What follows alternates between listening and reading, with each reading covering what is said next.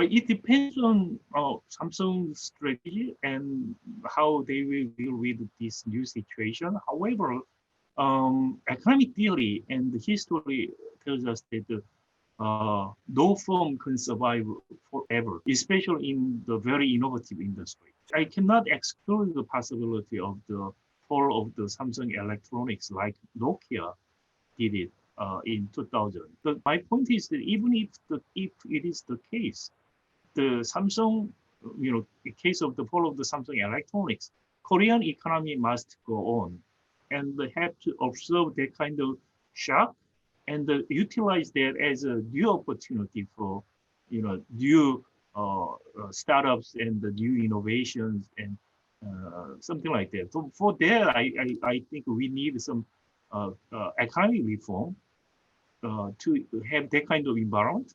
We need more social safety net. We need more flexible entry and exit of the companies in Korea, and those kind of reforms, so-called 재벌 reforms, are necessary to get ready for any kind of future disruption or shock due to the property or the property of the innovative economy itself. Israel and Korea have very different structure of economy. First of all, Israel economy can be characterized by dual economy. The innovative section or the export-oriented section and high-tech sections are separate from the domestic industries.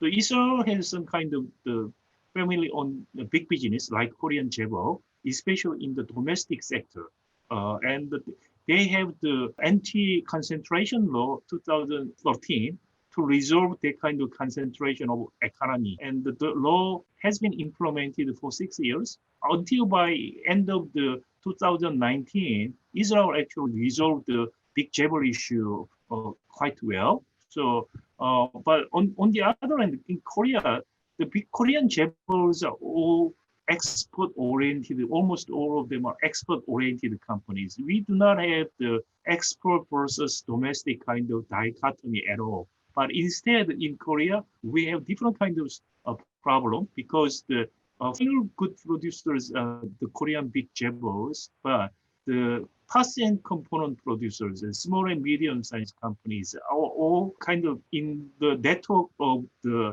exclusive dealing. So they so in the sense, the parts and components SMUs are subcontractors, exclusive deal subcontractors to big Korean 재벌, and those sectors suffer a lot because of the price squeezing and because of the business or technology stealing. So due to this, parts and components sector of South Korea are not as competitive as the final good producers of big Korean 재벌. That is a huge issue. So in the sense, Korea has kind of dual economy between the large business group sector versus the parts and components, small and medium-sized sectors. That is the different issue from Israel, but the common thing is the concentration of economic issue.